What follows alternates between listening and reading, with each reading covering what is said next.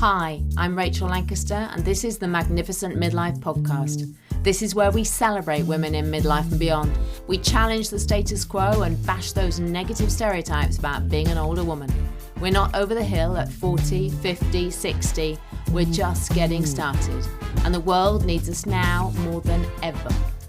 I'll be talking all things midlife, about issues that matter, and sharing fabulous stories of amazing women doing very cool stuff. Now's our time.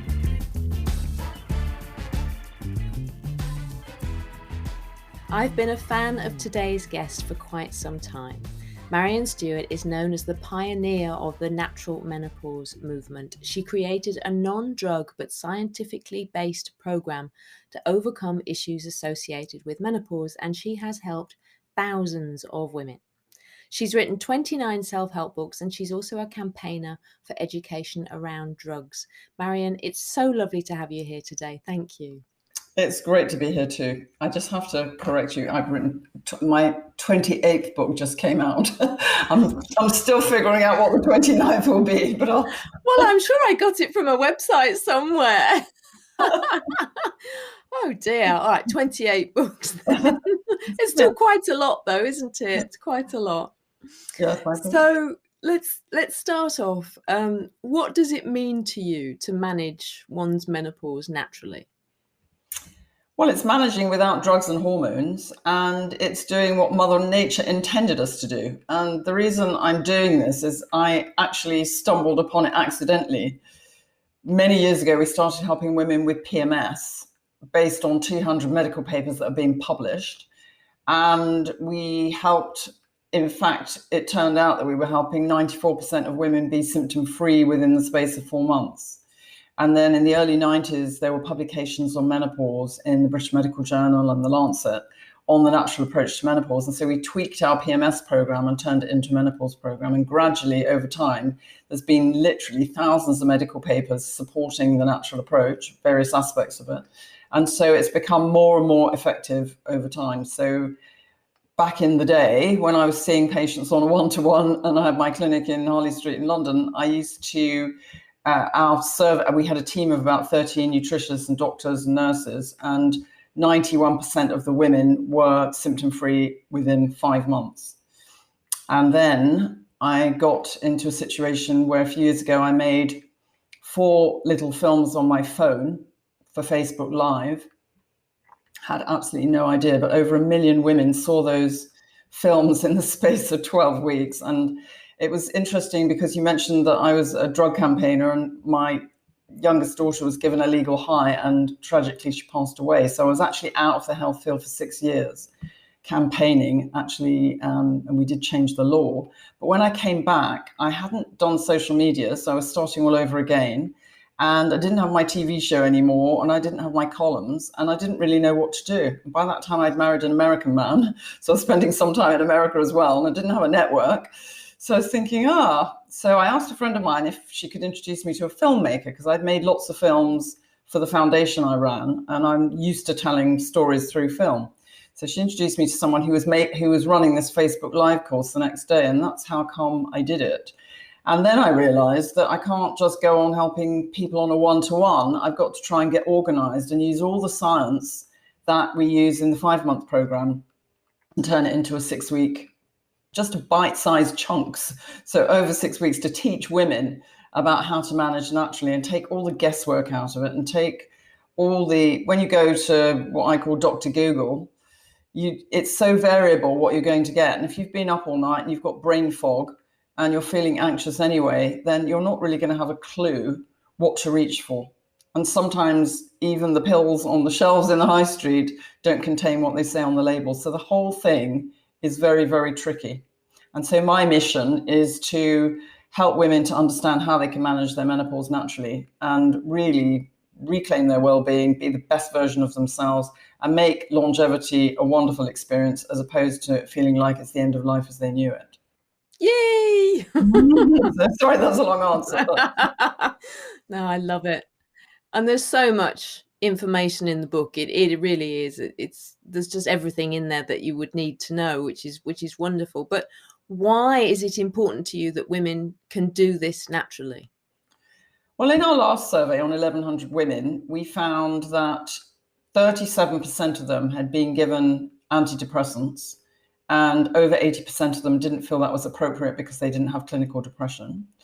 And 41% were given hormone replacement therapy. 14% didn't take it because they were too scared of the side effects. And 61% of the women who did take it came off because of adverse side effects. And there was a Mayo Clinic survey on doctors and gynecologists that was published in 2019 showing that only 7% of doctors and gynecologists feel adequately educated to help women going through the menopause. So I know from all the years I've been doing this on PMS and menopause that doctors very sadly are not educated. They don't learn about the natural approach to much, and they're certainly not armed with all the tools or familiar with the literature.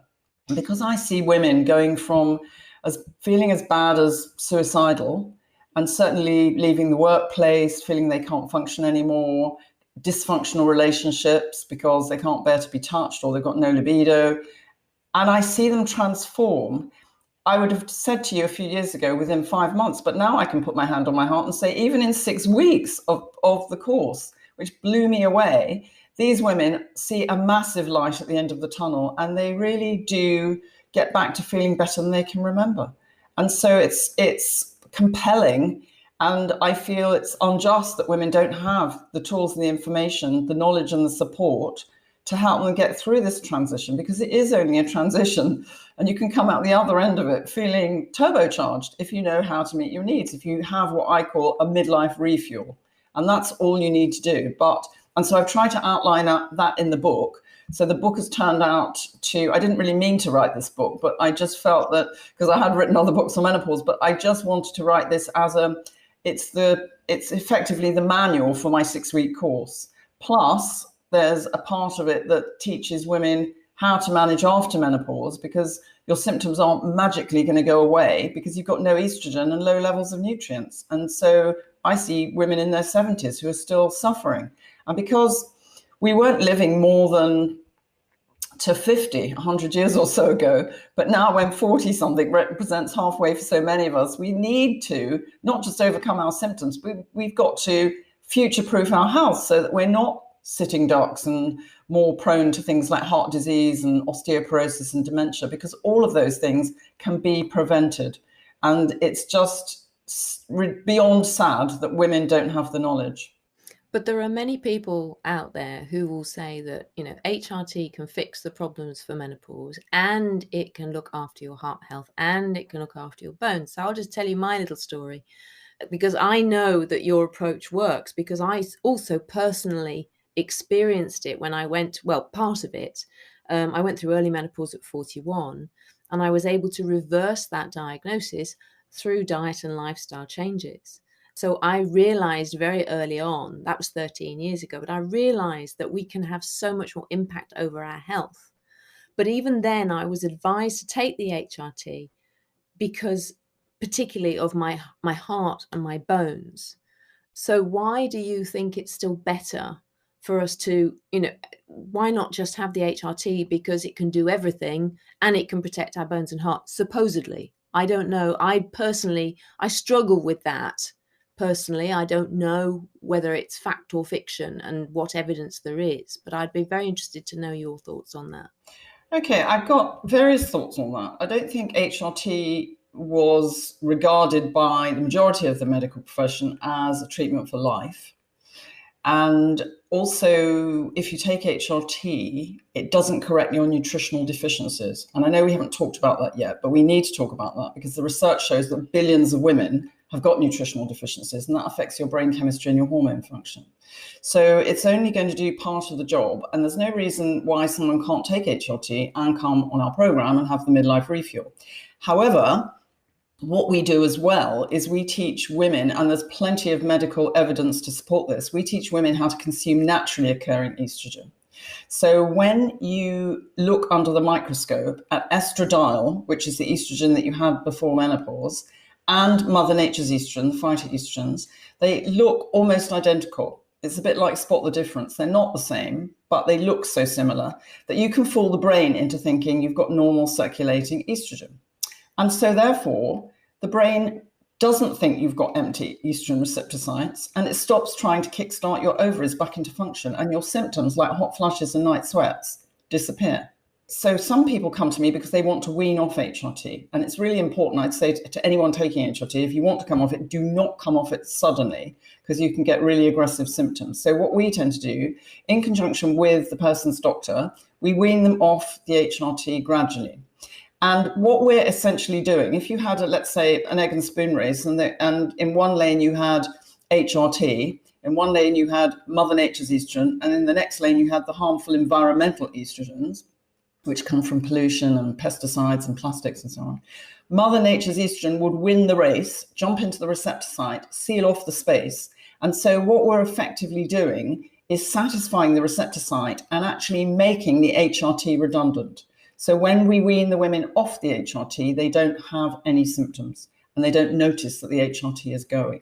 And that's really how it works. And so it is an alternative for those women who want to take it. And again, in our last survey, we found that 90% of the women said that they wanted information about how to manage their menopause naturally. So it is, I don't think women really, I mean, obviously some women do want to take a magic pill and regard HRT as that. But if you remember, I said in our survey that 61% of the women who took HRT said they came off it because of adverse side effects.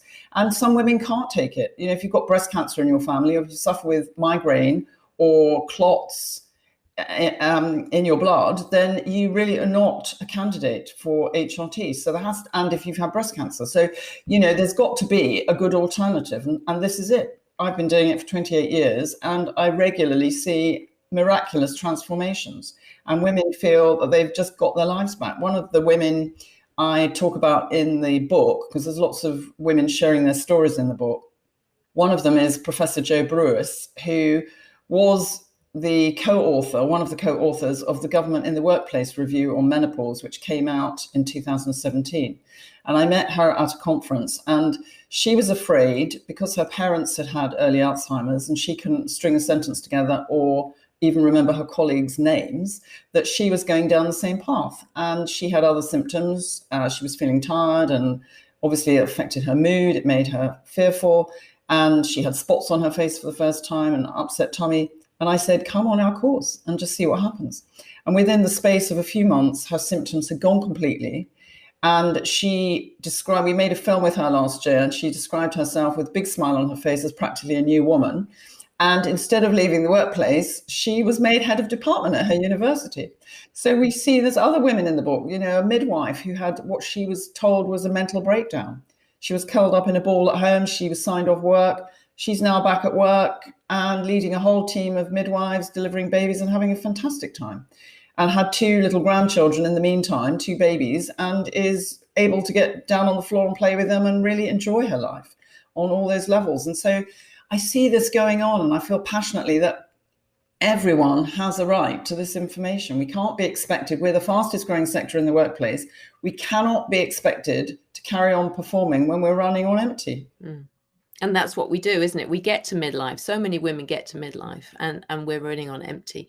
So you've talked about the need for a midlife refuel. So what does that mean? Well, in the early days when we were dealing with women with PMS, and there was no help for women out there. There were waiting lists of 6 months and women who were suicidal. So when I came across these 200 medical papers, and I was married to a doctor at the time, I trained his nurse how to use these medical papers, and we started helping women with PMS. And in the course of doing that, because it was such a new thing in those days, we had literally, sometimes we'd get over, it was before emails, we got over 2,000 letters a day from women all over the country because the media got to hear about what we were doing. And so we had this massive data pool. And in the 5 studies we eventually did, some of them our own patients, some of them hospital patients, some family planning clinic patients. We did a study in a psychiatric daycare centre and one at Kimberley-Clark in the workplace. And we found that between 50 to 80% of the women had low levels of magnesium, B vitamins, iron, zinc, essential fatty acids, calcium, vitamin D. And those nutrients were affecting brain chemistry and hormone function, so that women literally were firing on 2 cylinders instead of 4. And it literally does change the color of the lenses through which you see the world. So people get depressed, they get tired, they get achy, feel 90 before their time.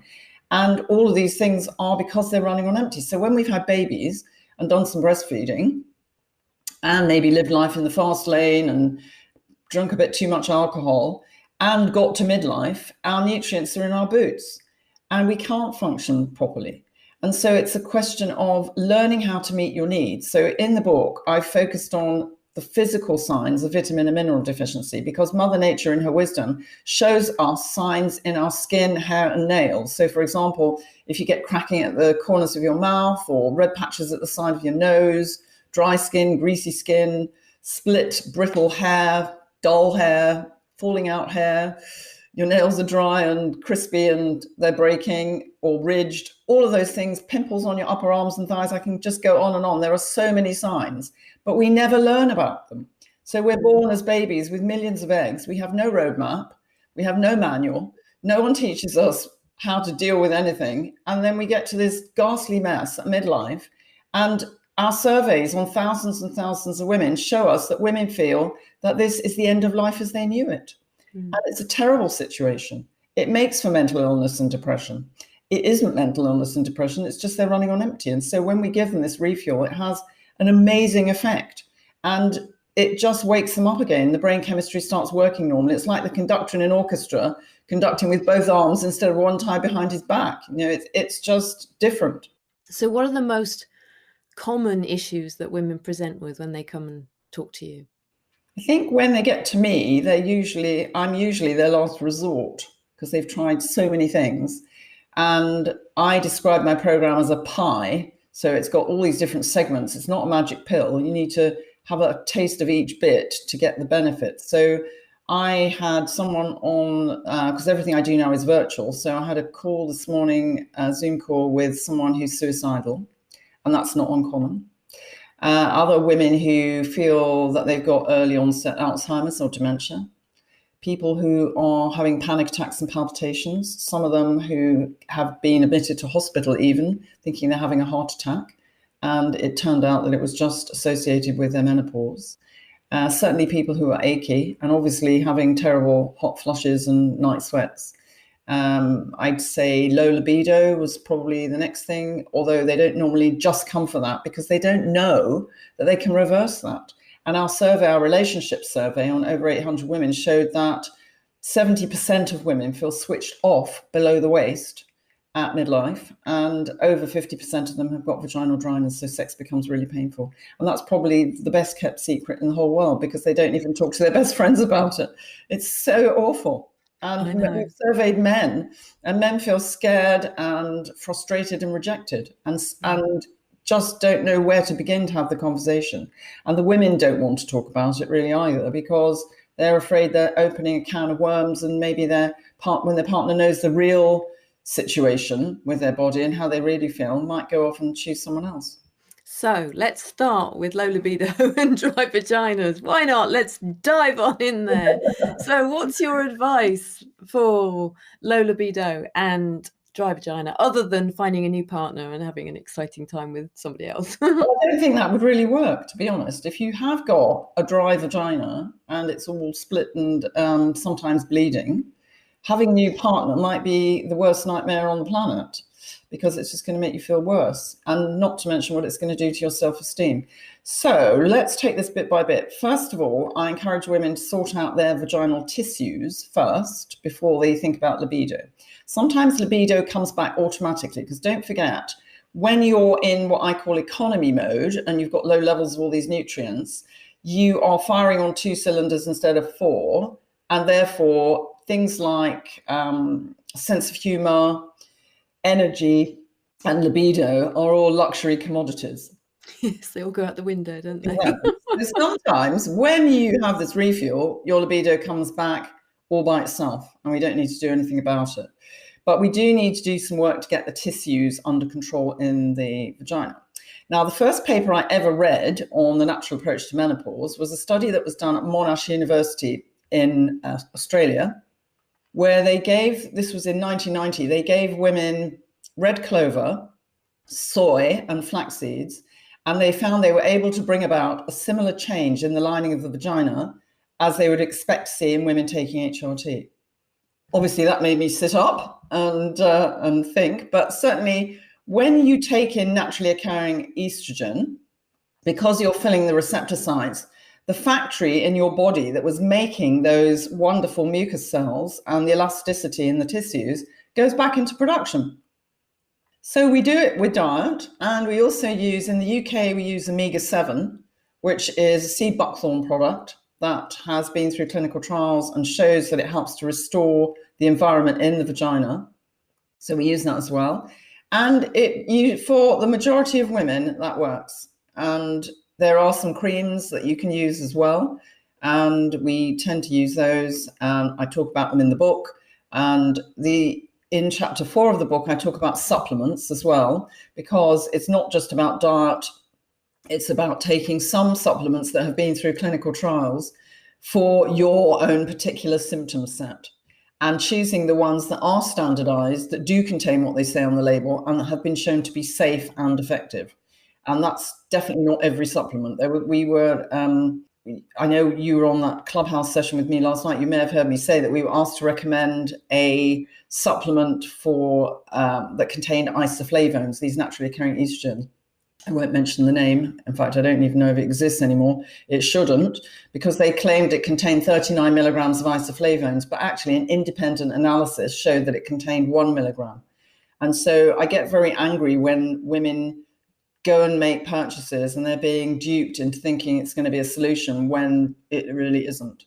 And that's why I felt even more compelled to mention supplements by name. They come from all over the world, and they have been through clinical trials. And it's important that women know the difference between those and things that just may not be that helpful. In fact, they're a waste of money. Yeah.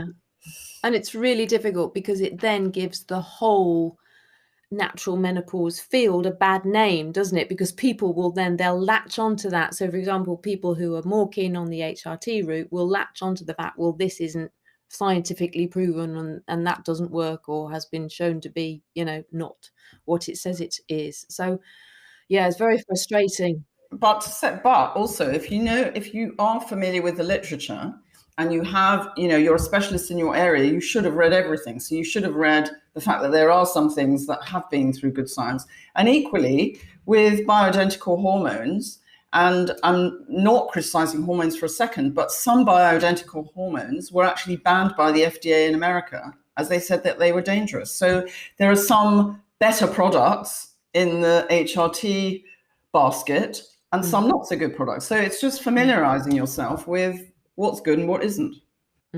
Absolutely. Sadly, there aren't too many people who are able to have all of that information, but that's why, having your book is so wonderful from the natural perspective, to have it all laid out there. It is a really good book. I would recommend it. Go and read it, people. Thank you. I would really recommend it. So I guess probably is low libido and vaginal dryness, is that probably the most embarrassing or shame-filled thing that people present with when they come to see you? Or is there anything else that really makes it very hard for women? I think it's probably the most embarrassing, but it may not be the thing that's preoccupying them the most. I think when they've got brain fog, and when they are so anxious and they've got insomnia and they're not functioning, the last thing on their mind is sex. They can't even see that they can live well, let alone have a physical relationship. I think underneath it all, a lot of them are scared stiff that that's the end of their sex life and intimacy, and that heaven knows what's going to happen with their partner, and it kind of alienates them from their partner. So in my experience, certainly when I used to have my one-to-one clinics, I encouraged partners to come together. And so that when a partner helps someone going through menopause, it makes a big difference when they actually understand. Because sometimes you just need a hug. You need a massage, and you need somebody to bring you a bunch of flowers and tell you it's going to be okay.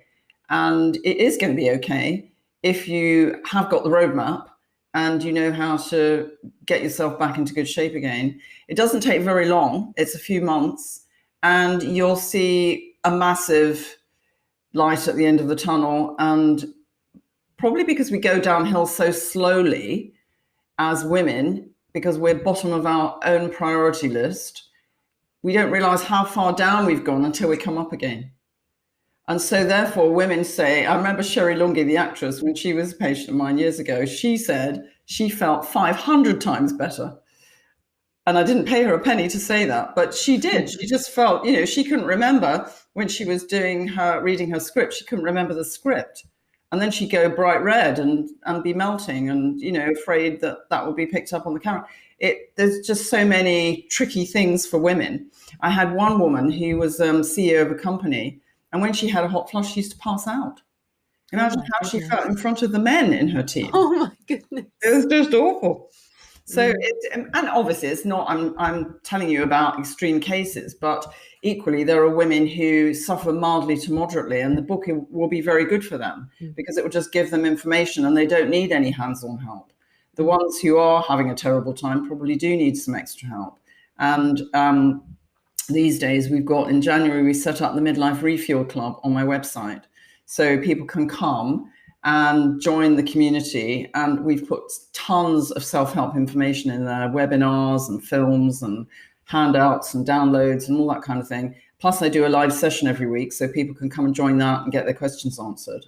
And so I just want to make this information accessible to everybody so that it's just women helping women, isn't it, really? And I think there's a massive movement to do that so that we can, and this world is in quite a mess at the moment on many levels. And when women get to midlife, they've got a lot of wisdom and they need to be able to use that wisdom, put it to good use and help society, the planet, their family and themselves and their workplace rather than leaving the workplace. There was a survey done showing that 1 in 4 women are leaving the workplace. And we know that it's costing a fortune. Forbes said in 2019 that globally and annually, lost productivity associated with menopause is costing $810 billion. You can get your head around that. So most companies don't realize what's going on. And we did a survey on 1,000 women in the workplace in the UK and found that 84% of the women said that their productivity was affected adversely for more than 8 days a month. And we calculated that was about £5,500 per woman per year. And that didn't include lost talent. And it costs about £30,000 to replace a manager. So for a company to invest a small amount in their workforce, comparatively, they're going to get so much back. They'll have a loyal workforce that's well and productive, and it will help their bottom line.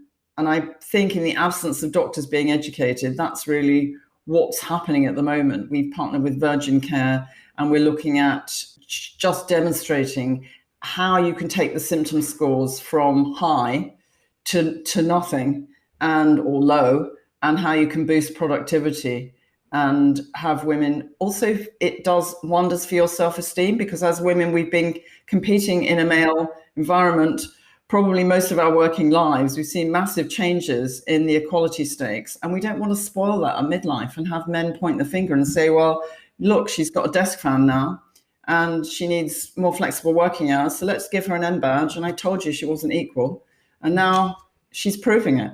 And that doesn't need to happen. Do you know, I feel almost like the suffragettes who chained themselves to the railings. Do you know, I feel we need to do something about this and change the whole paradigm so that instead of menopause being a scary thing that's filled with stigma, women just come to regard the fact that in their 40s, they're allowed and entitled to have a midlife refuel, which takes a few months, and then that's it. They get turbocharged and go off and can be, as they say in America, awesome. Well, I like to say when we're done making babies, we're ready to make solutions. Yes. And we have such a role to play, I believe, as older women in the world. And being post-menopause for me has been a remarkable and incredible experience. You know, I really feel that power now. I do things now that I never would have done before. I'm a different person, and I like being a different person. So yeah, no, I agree with you. And if you think about it, years ago, or not even years ago, probably even today, in some societies, older women are considered to be wise elders, and they're revered and respected. Whereas in our Western society, that's not the case at all. We become invisible. And in some cases, people try and avoid us because they think that we're quirky or ratty or whatever, how they perceive a menopausal woman. And that's terrible. Yeah, it is terrible. It is terrible. I completely agree with you. So midlife, as we know, is a great time for us to sort out our diet, but there are so many different theories out there, it can be difficult to know what to do. So I'd love to know your thoughts on, how we can get a good diet, but also especially how best do you think we can balance fat and fibre? I don't really emphasize balancing fat and fibre so much as having an enjoyable diet that's got all the different food groups in it. And so we focus on making the diet nutritionally dense, but also making it enjoyable, because it's not going to be sustainable in the long term if I'm asking people to eat things that they hate. And so we've got a system in the book where people can assess their nutrient levels, detect what they might be short of, and then there are lists of foods that are rich in important nutrients, and so they can choose the foods to put into their diet. And there's meal plans and recipes, shopping lists, there's absolutely everything, so that you don't even really have to think, you can just follow it, and you can keep it as simple as you like. It's important to have wholesome food for each meal and to get your nutrients back into an optimum range, which is where the wholesome food comes in, and maybe some supplements as well to give you a boost to start with in terms of your nutrients. And then also to consume Mother Nature's estrogen little and often, because the receptor sites don't stay full for that long. And so for example, we may have some cereal for breakfast with some fruit, nuts and seeds, particularly flax seeds, which are a rich source of naturally occurring estrogen. At lunchtime, you can keep it simple, maybe have a salad and some edamame beans, jacket potato, sushi, that kind of, there's just tons of options. And then in the evening, you don't even have to do anything fancy, but you can maybe have soy yogurt, or you can have, there's just loads of different things. If you hate cooking, you can do it all without really you can just do it with healthy fast food. And if you love cooking, then we've got some really nice meal plans and recipes and desserts you can whip up in a few seconds, that kind of thing.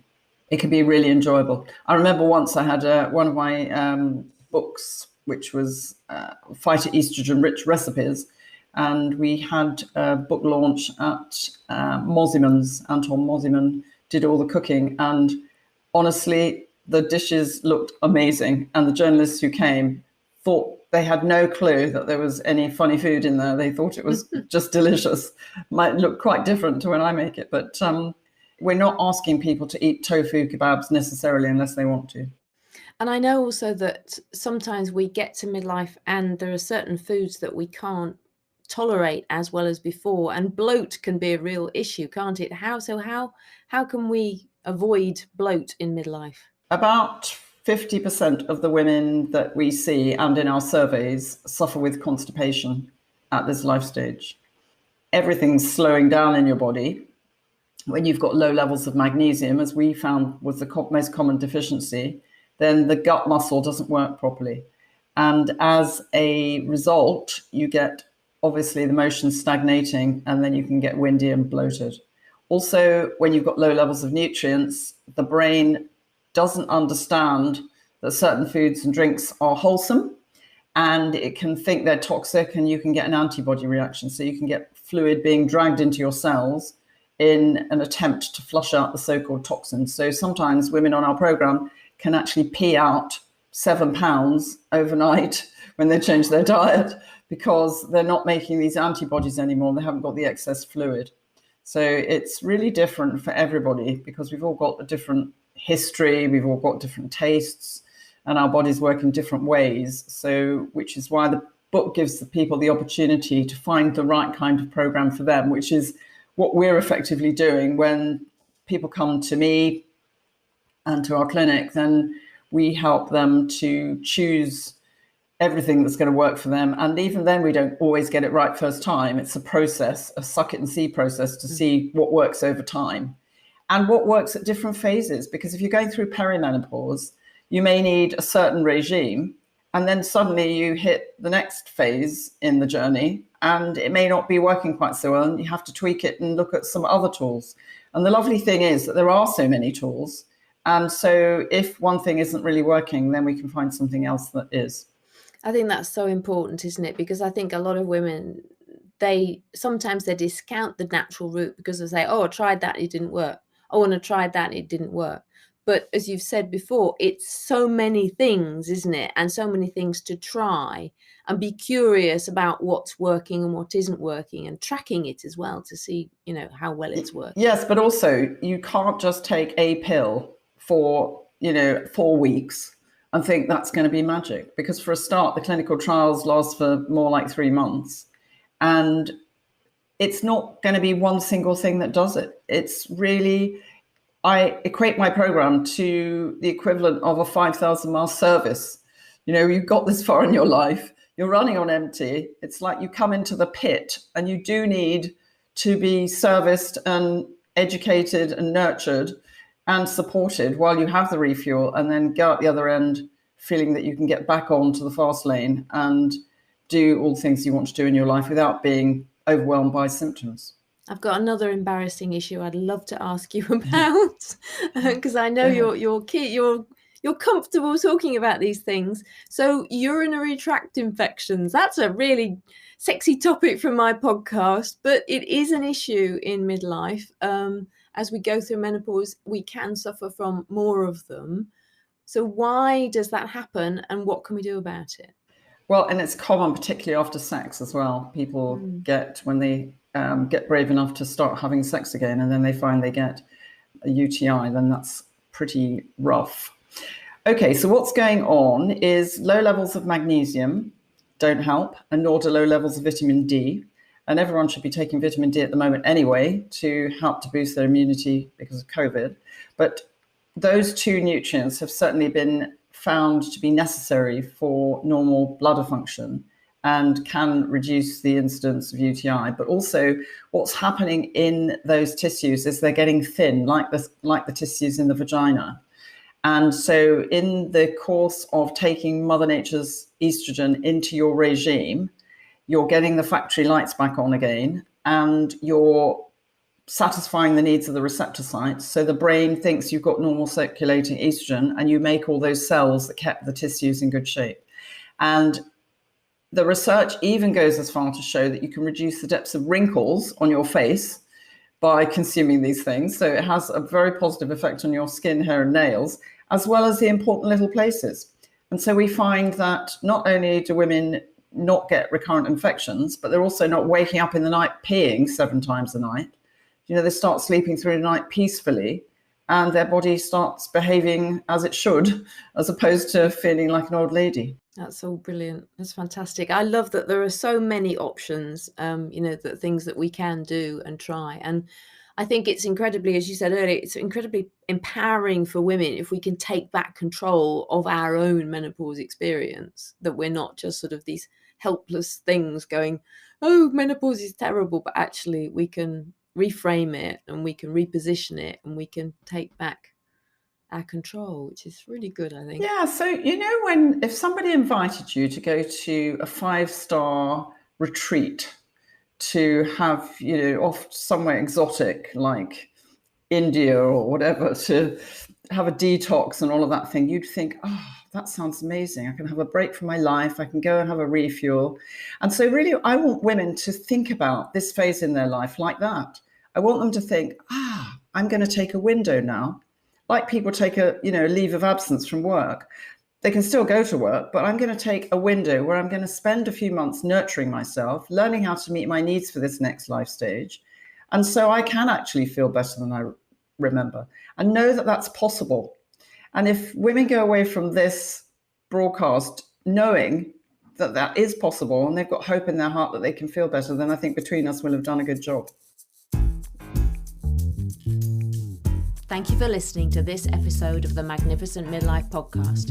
If you enjoyed it, please subscribe, share it, and leave me a review wherever you're listening. It really helps me get the message out.